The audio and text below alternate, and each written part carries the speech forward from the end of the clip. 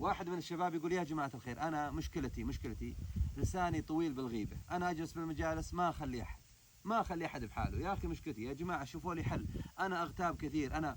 نقول أين أنت عن ذكر الله؟ وهذه الفائدة ذكرها ابن القيم في كتاب الوابل الصيب، قال ومن فوائد الذكر أنه يعصم اللسان أو يشغل اللسان عن الغيبة والنميمة والكذب واللعن والسب والشتم. الآن ما تلاحظون أنتم بعض الشباب من أول ما نجلس بالمجلس قال فلان فيه وفلان ما فيه، وفلان راح وفلان جاء، وفلان طويل وفلان قصير، وفلان ما ينفع وفلان يبدأ يغتاب الناس. لما تدقق في حال هذا الشخص تجد أنه ما يذكر الله. حل عظيم أنه يمنع عنك المحرمات ذكر الله، أنك تذكر الله جل وعلا.